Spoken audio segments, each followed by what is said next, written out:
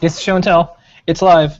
It's Lady Ada. Hey, everybody. Hello. Okay, welcome to a Fast and Furious Show and Tell. We're going to be going through all these people really fast, but we're still going to see some awesome projects. This is our weekly Show and Tell where everybody on the internet that's in our Show and Tell circle is invited to join us and show off their cool projects they're working on. Maybe in a week or two we'll start getting the Halloween projects too. That's right. Doesn't have to be electronics. Doesn't have to be Adafruit. Just come on, show whatever you're working on. And one programming note: multiple companies are now doing their own weekly hangout show and tells. They're calling show and tell, and we love it. There's a hackerspace that's doing a show and tell, and they're having it so they can have all their members. It might be a physical one, but I don't know. I can't tell if it's a virtual. It's all blurry. We love it. So show and tell is coming back. So thank you everyone out there who's spinning off their own show and tells. We really like that. Which is good because we can't fit more than 5 people in here. Anyways. Yeah. Okay. Okay. First up. Tony from Adafruit Northwest. Hey, yeah, I don't have a project to show off this week, so I'll make it real quick. But I wanted to show the very first thing I ever soldered, and we could look at maybe the joints real fast and see how bad of a job I did. 16-year-old you. Yeah. It was for a PlayStation. This is my original PlayStation, and it's a mod chip. And this is a black case that I put on it later. Normally they came with a gray case. It was a mod chip that I put on it. And basically, you could use that to play imports or backups of games. And so this is the motherboard from it. And on the back of it, there's the mod chip here. And it's just a little PIC microcontroller, from what I understand. It runs some code that just tells the PlayStation everything is a-okay and it should play games. And so it had all these little joints that you basically just had to solder in to pads on there. And I didn't do too bad of a job on these joints. It actually didn't get as messy as I thought it could. I was using the Radio Shack like 30-watt kind of fixed iron, which was just really awful and not not up to the task. But the bad thing was I turned it on and it didn't work. But the good thing was I went through and I was able to troubleshoot it and figure out what I broke on it. And so I bridged a joint and I blew a fuse on it. And so down here in the corner I bodged in. This is just an axial fuse from Radio Shack. And I replaced a surface mount one with it. And you can see the joints there are really nasty. Like the solder is all balled up. Not something to be proud of, but I was so proud of myself because it worked. I was able to put the fuse in there and get the PlayStation working. So I got the mod chip to work. And that was the first thing I ever soldered really and learned about electronics with. Okay. This is like a history lesson for you. And Lady Ada, you kind of got started in electronics from mod chips too. Yeah, the first chip I ever programmed was a PIC 12C508. I made mod chips for my friends, and we downloaded like a parallel port programmer schematic. Yeah. And got some diodes in there. We got some Zener diodes, and we programmed because you need the 12 volts for the PIC master clear line. So yeah, we programmed those up, and this was back when it was like one-time programmable chips. So if you're using like MP Lab, you better make sure that you have everything set up with your fuses because you can only program it once unless you got the expensive gold chips. That's great. All right. Okay. Well, thank you so much. You should totally port the code for the mod chip to the AT Tiny. See if you can get that working. That'd be a cool project. Get right on that. All right. Next up. Okay. Thank you. No, Pedro, what you got cooking this week? Hey guys, everybody. Happy Wednesday. We are gearing up for tomorrow's 3D Thursday show. It's going to be Printacular. Yeah. I'm glad we didn't go with Printacular as the show name. Right. Actually, I think it's our 1-year anniversary. 1 year ago, we uploaded, what was it, the buckle video, I think? Woo! Yeah. Awesome. We were still making awesome wearable goodies. And then this video is your latest. This is the Flying Toasters. Yeah, it's a future project, and it is a collaboration project with Phil B, Lamar, and Pedro put this one together. It was a really cool one. But this week we are debuting the project collaboration with James Bruton from X Robots on YouTube. This is an Iron Man-inspired Unibeam. It's going inside of his very massive Hulk Buster build. So be sure to check out tomorrow's 3D Thursday show to hear all the details and a little bit of CAD techniques. A lot of CAD techniques, actually. Yeah, we're skipping news this week, and we're going to do a lot of CAD because we missed it last week. So. Okay. All right. Thank you so much, guys. And That's then, epic. And your video that's coming out on Thursday is the little flying toaster pendant. So everyone will be able to see that tomorrow, right? No, it's next week. I think it's live now. So. Oh, is it? Whoops. Okay. No, we make the guide live. I don't know if we. Yeah, I mean whatever. So folks can check that out now if they want. You can always check it out early. That's because we make it live. Just whatever. Yeah. But yeah, I have one here. In the age of live shows and YouTube recordings and all this, time is starting to be difficult. It's not clear if I'm live right now or if this is a recording. I mean, yeah. I don't know. Okay. Is this just fantasy? All right. So I'll see you guys tomorrow, and we'll see you next week. Okay. Next up. So, Sergey came into the room right after these folks. So, Sergey, hello. Welcome to the show. Hey. Show us your project. So I want to finally show the LED glove project. Oh, cool. Oh, that's right. That I got from Official Pixel. So you turn it on by velcroing it in, and then it lights up, right? And then what you do, you can just touch your finger to the color. Oh, that's changes cool. the color. Oh, nice. So it's the color sensor with. Yeah. Oh, that's so there is a color sensor right here. In the finger, you probably cannot see it because it's blackened out. Yeah. Yeah. So you can pick the color, and well, sometimes it misfires the color, and it will be blue or red or whatever. So it's basically a lot of LED strip,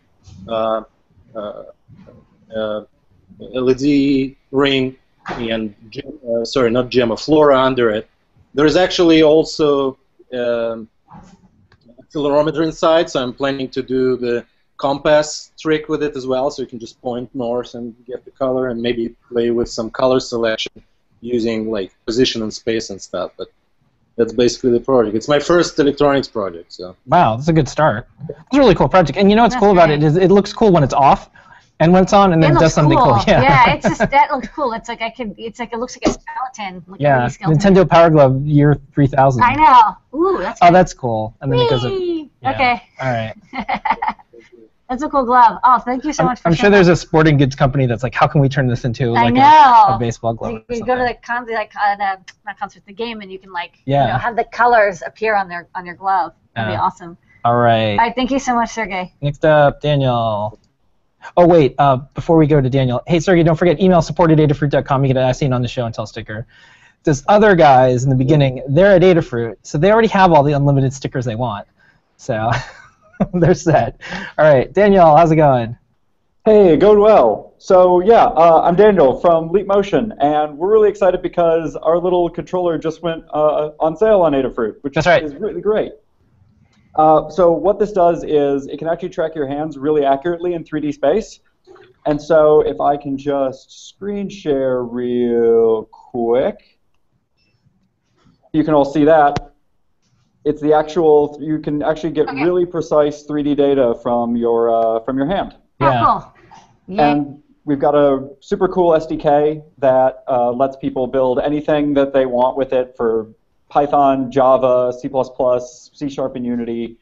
Really cool stuff, and we've been working on this new tracking for over a year, and we're really excited about it. We also just built this little mounting system, so you can actually put this thing on the front of an Oculus Rift, so people can actually build really cool VR experiences.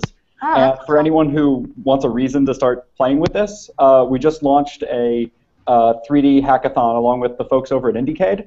And so we're giving away, I think it's something like 75K in prizes and doing some really cool stuff with that. That's cool. And I don't know if I see him in here, but we had Eddie Lee is going to try and show an actual game experience he built for VR with this thing, but I don't quite see him in here right now, so we might have to get him on here to show us. We're here every week. Yeah. Remember. Yeah, and Daniel, when you were showing the visualization, were you doing that live? Was that your hands on? Yeah, that's all live right now, so I just screen shared over.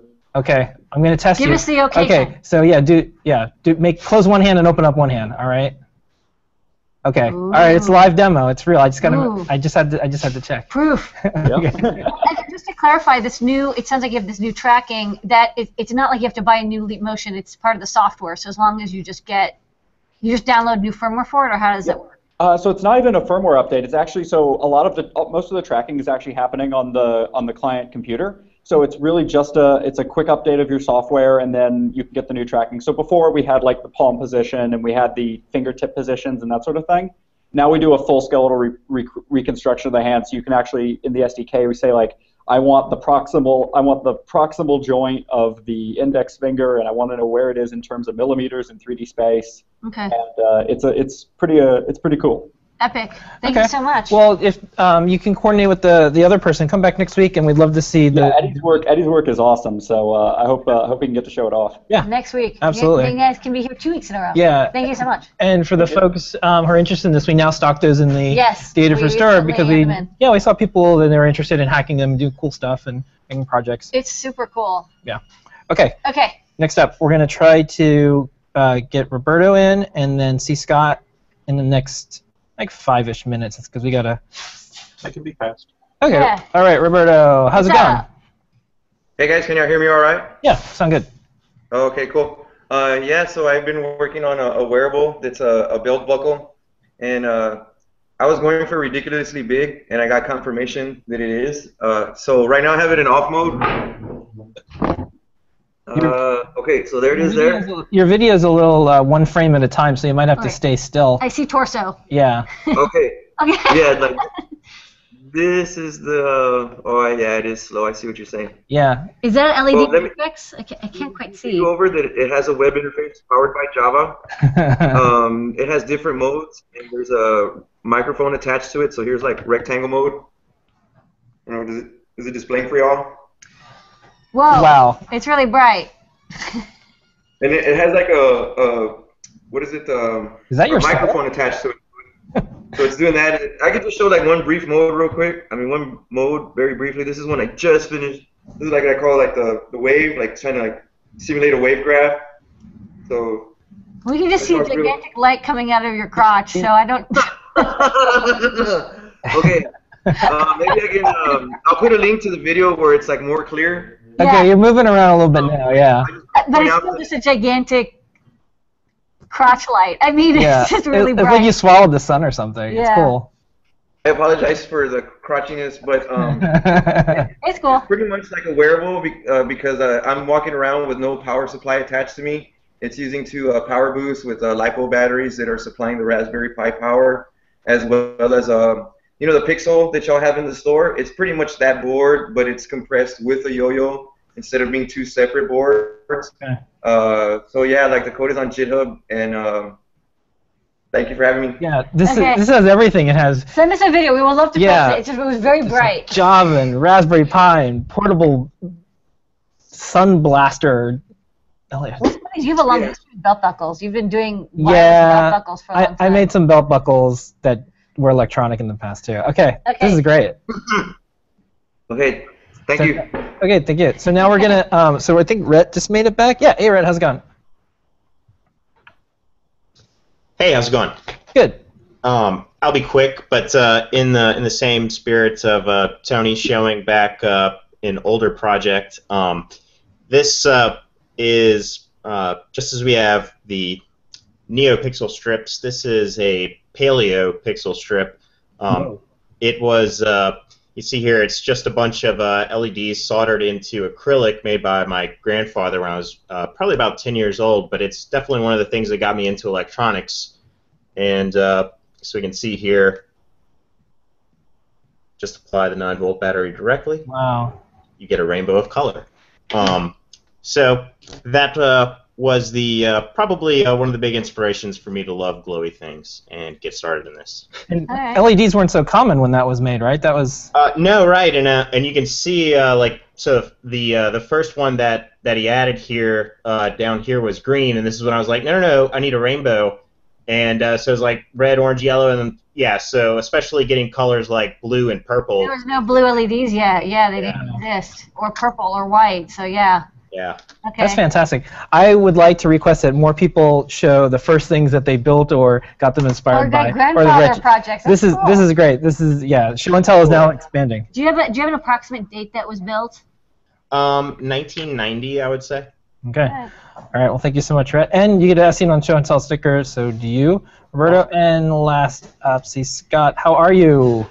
Doing good. I'll be quick here. I know you guys are pressed for time.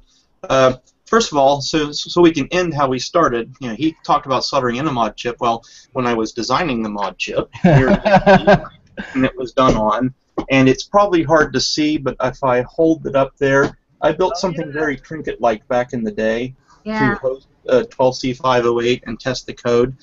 But they started even earlier than that. I hand etched the first one, and it ran on a color burst crystal, which is probably hard to find these days. Wow. Anyway, Do many people?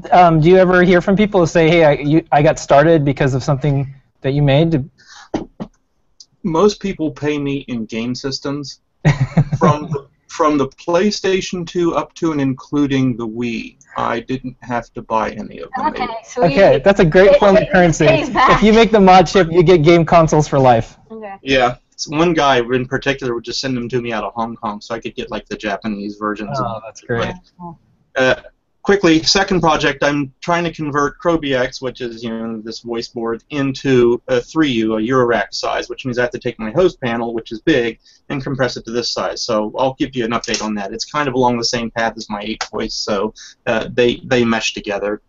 And finally, I've started on the Halloween project. I have a if I can get it aimed at it. I've got a sort of a candle in the pumpkin collar going there. Yeah. I just today bought 10 meters of plastic pipe to put up above my garage door to put my 10 meters of LEDs on. So that's the first thing I'm going to put on there and hope I don't get fire trucks showing up. So that's it. Oh, and I just got a ship notification. I'll have the that Valve headphone amp for you next week. Okay. Wow. All right. You're like 5 people in one. Yeah, this is great. Wait, what's going on over Roberto? Yeah, Roberto has the. He's a little Pac-Man game. Yeah, he's got his thing, maybe. Like a little Pac-Man-y. All right. Or he's playing NetHack. I can't quite tell. Okay. We're going to set up for Ask an Engineer. And so thank you so much, Tony. Thank you, Sergey. Thank you, Roberto. Thank you, Rhett. Thank you, Pedro. Thank you, Daniel. Thank you, C. Scott, for upclocking our hearts and minds and modding us to make us want to do more with electronics. This was great. I love more old stuff. Yeah. If anyone has old projects, please bring them. These are great. I'll bring stuff from the 70s next time. Yeah, bring old stuff. This is awesome. I love especially seeing old etched traces. It's like before you had layout programs. Yeah, here's the LEDs my grandfather. That's artisanal electronics. My grandfather had before there was before we had Radio Shack sold real kits. Yeah. They make stuff in there now, but back then it was P boxes and all kinds of stuff. I just like that someone could say, back in my day we didn't have blue. So. Red, yellow, and green. All right. Okay, everybody. We'll see you on Ask an Engineer in a few minutes. And see you next week on Show and Tell. Okay, goodbye. Okay, bye-bye. Sign up. Be here next week.